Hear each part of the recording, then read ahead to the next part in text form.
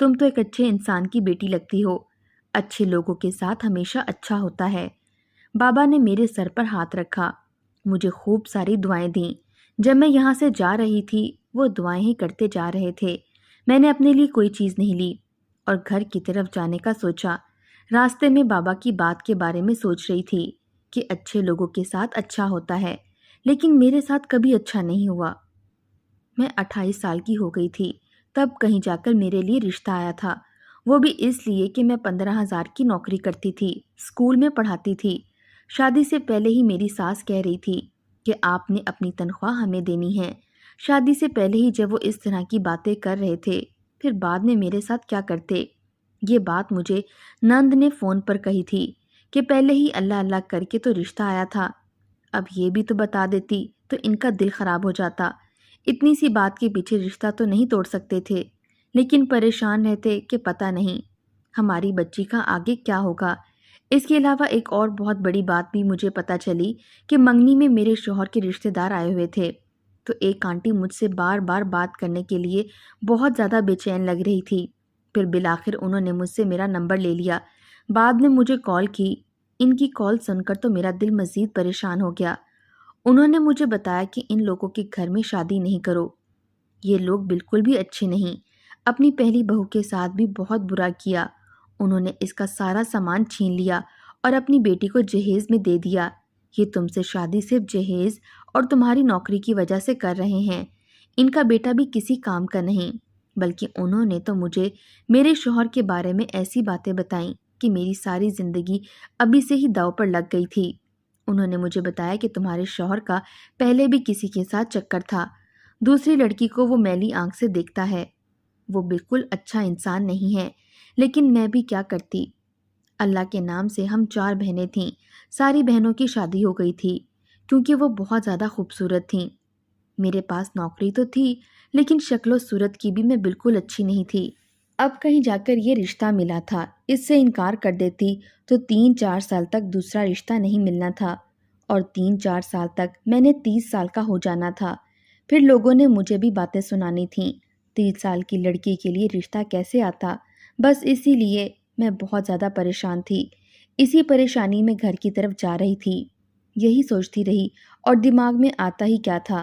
راستے میں تھوڑی بہت چیزیں لیں جن کی ضرورت تھی کیونکہ بازار آئی تھی تو وقت ضائع نہیں کر سکتی تھی.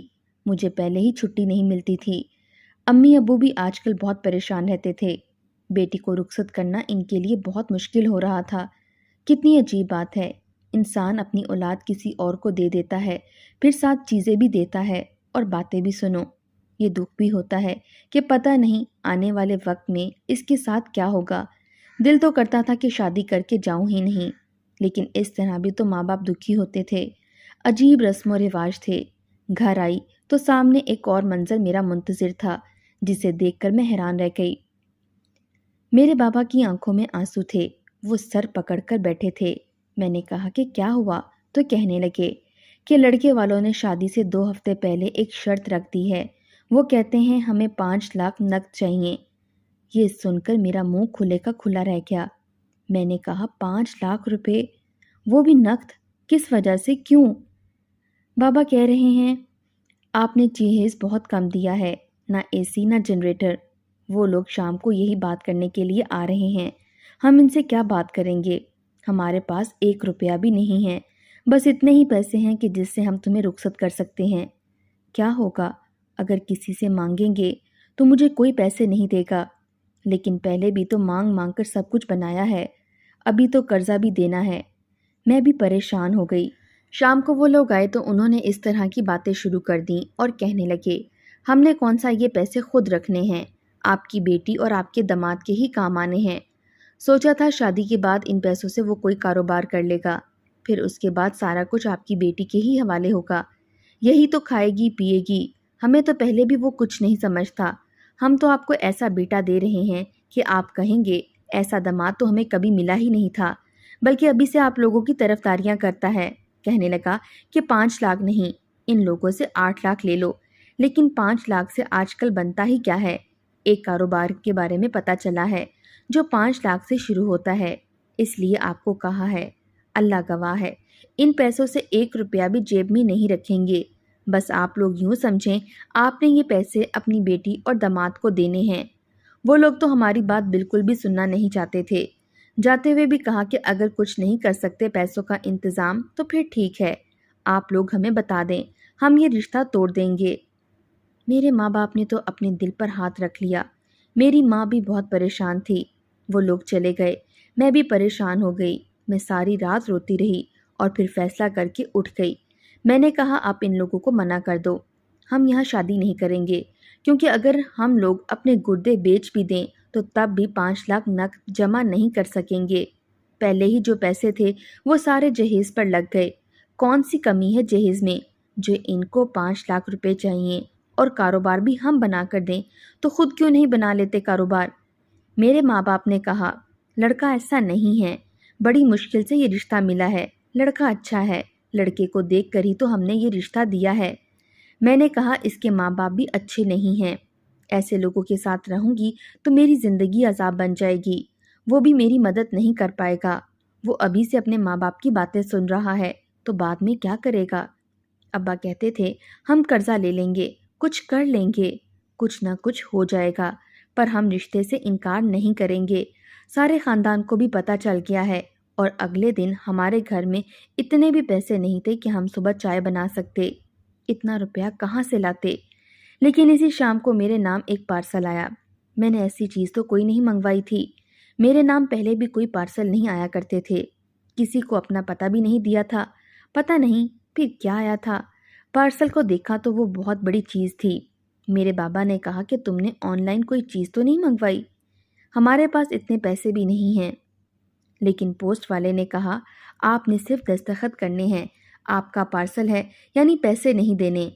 ماں باپ بہت پریشانی میں تھے، کچھ سمجھ نہیں آ رہا تھا، اوپر سے یہ پارسل، جانے اس میں کیا تھا۔ جب وہ گھر لے آئے اسے کھولا گیا تو اس میں ایک ڈبہ تھا، جیسے کہ تھیلا ہوتا ہے، جو بالکل نیا تھا۔ میرے ماں باپ نے کہا تم نے کوئی چیز غلطی سے منگوا لی ہے لگتا ہے۔ میں نے کہا نہیں، میں نے ایسی کوئی چیز نہیں منگوائی۔ امی بھی ادھر ہی آ گئیں اور بابا بھی۔ جب ہم نے اس ڈبے کو کھولا تو قدموں تلے سے زمین نکل گئی۔ میرے بابا نے تو اپنے دل پر ہاتھ رکھ کر بیٹھ گئے اور میری ماں نے اپنا دوپٹہ ہونٹوں میں بیچ لیا۔ مجھے تو سمجھ نہیں آ رہا تھا کہ میں کیا کروں، کیونکہ اس ڈبے کے اندر کچھ اور نہیں بلکہ نوٹ تھے، اور اتنے سارے نوٹ کہ ہم نے اپنی زندگی میں اتنے پیسے کبھی نہیں دیکھے تھے۔ وہ پورا ڈبہ پیسوں سے بھرا ہوا تھا۔ میں نے چیک کیا، وہ پیسے بھی اصلی تھے۔ یہ دیکھ کر ہم لوگ حیران تھے، ایسا لگتا تھا جیسے خواب ہو۔ کبھی ایک دوسرے کی طرف دیکھتے، کبھی ہنستے، کبھی روتے، سمجھ نہیں آ رہی تھی۔ بابا نے فوراً کہا کہ کوئی غلطی سے ہمیں دے گیا ہے، ہمیں واپس کرنے چاہیے۔ میں نے کہا ایسی غلطی کیسے ہو سکتی ہے، اس نے باقاعدہ آپ کا نام لے کر آپ کو پارسل دیا ہے۔ تو پھر میں نے ڈبے میں پیسوں کو ادھر ادھر کیا تو مجھے ایک خط ملا۔ اس خط کو کھولا جلدی جلدی، کیونکہ اب اس میں کیا لکھا ہو سکتا تھا کہ آخر یہ ڈبہ ہمارے گھر کیوں آیا تھا۔ جب خط کو پڑھا تو حیران رہ گئی، آنکھوں میں آنسو آ گئے۔ خط میں لکھا تھا مجھے تمہارا نام تو یاد نہیں ہے، لیکن تمہارے گھر کا پتہ میں نے نکلوا لیا تھا پوسٹ آفس سے، اور تمہارے گھر تمہاری امانت بھیج رہا ہوں۔ تم سوچ رہی ہوگی کہ اتنے پیسے ہمیں کس نے دیے ہیں، تو آج کل تو کسی کو کوئی 5 روپے بھی نہیں دیتا، کسی کو ایک روٹی کھلا کر بھی ہم راضی نہیں ہوتے۔ لیکن یہ مت سمجھنا مجھے تم سے پیسوں کے بدلے کچھ چاہیے، ایسا کچھ بھی نہیں ہے۔ یہ پیسے تمہارے ہیں، یوں سمجھو یہ ان ماں باپ کے لیے ہیں جنہوں نے تم جیسی بیٹی کی پرورش کی۔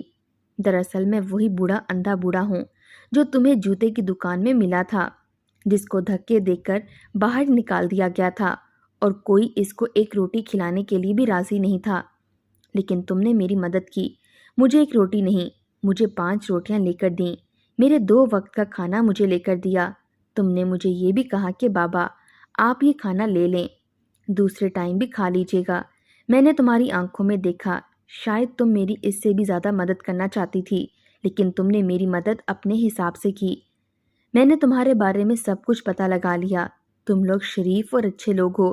دراصل میں کوئی اندھا بوڑھا نہیں، ایک بڑا بزنس مین ہوں۔ میرے پاس اللہ کا دیا ہوا سب کچھ ہے، لیکن خرچ کرنے والا کوئی نہیں ہے۔ اللہ نے مجھے اولاد نہیں دی، میرے پاس اتنی دولت ہے کہ سمجھ نہیں آتا اس دولت کو کہاں لے جاؤں گا۔ گھر گاڑیاں ہیں، سارے شوق پورے کر لیے، لیکن دولت ختم نہیں ہوتی۔ اسی لیے دنیا کو آزمانے کے لیے نکلا تھا۔ میں نے ایک بات کہی تھی، جو مجھے ایک روٹی کھلائے گا اس کو 1 کروڑ ملے گا۔ میں نے یہ دعویٰ جھوٹا نہیں کیا تھا۔ تم نے مجھے 5 روٹیاں کھلائیں، اسی لیے میں نے تمہیں 5 کروڑ بھیج رہا ہوں۔ میں نے سنا ہے کہ تمہاری شادی ہے، تمہاری شادی میں یہ پیسے کام آئیں گے۔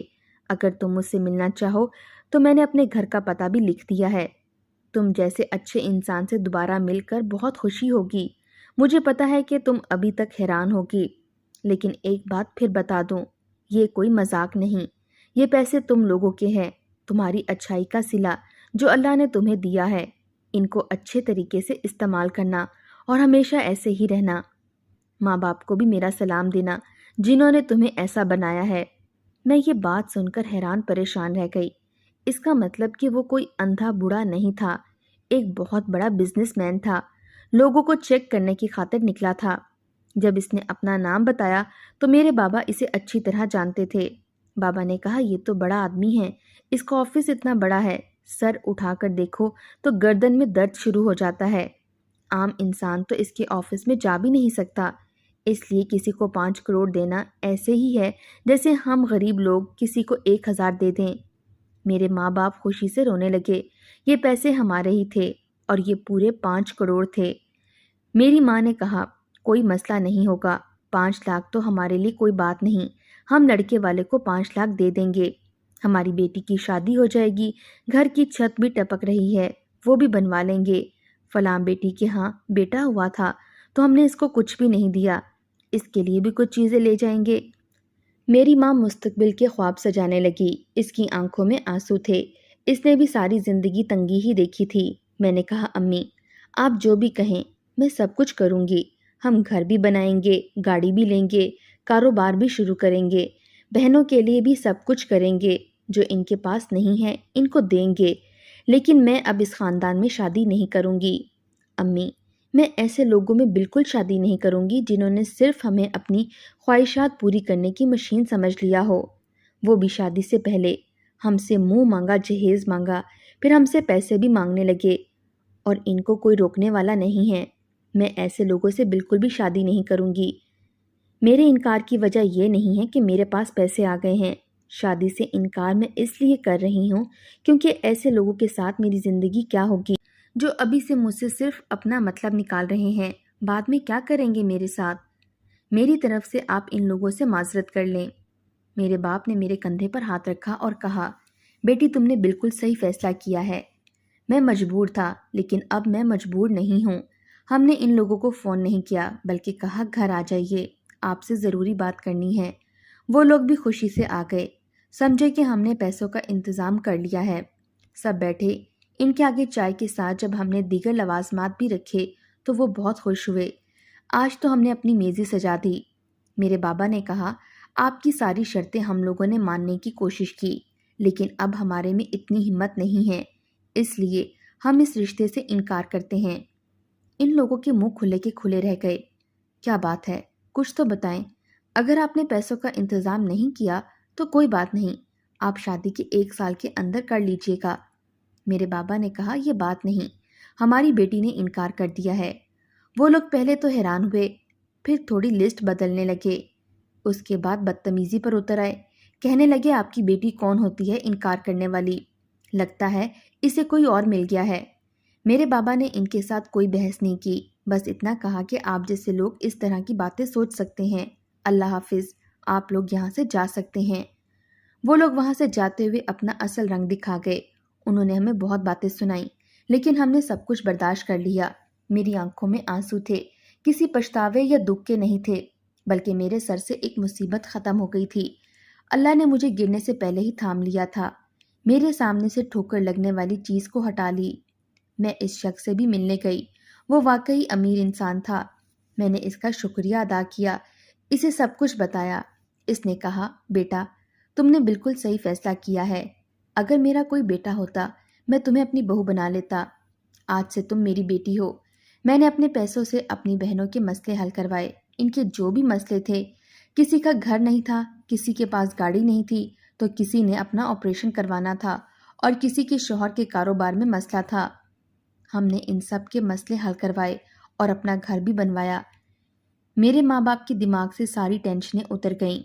ہم لوگ اللہ کا گھر بھی دیکھنے گئے۔ جن رشتوں کی بنیاد ہی لالچ پر رکھی جائے وہ رشتے دیر پا نہیں ہوتے۔ میری شادی بھی اللہ کے کرم سے اچھی جگہ ہو گئی۔ آج میں خوش ہوں اپنی زندگی سے۔ کسی نے سچ ہی کہا ہے، جو دوسروں کی مدد کرتا ہے خدا اس کی مدد ضرور کرتا ہے۔ آپ لوگوں کو کیا لگتا ہے، جب میرے پاس پیسے آ گئے تھے تو کیا مجھے رشتے سے انکار نہیں کرنا چاہیے تھا؟ اپنی قیمتی رائے کامنٹ باکس میں ضرور دیجیے گا، اور اگر آپ میرے چینل پر نئے ہیں تو چینل کو سبسکرائب کر دیں اور ویڈیو کو لائک کر دیں۔ شکریہ۔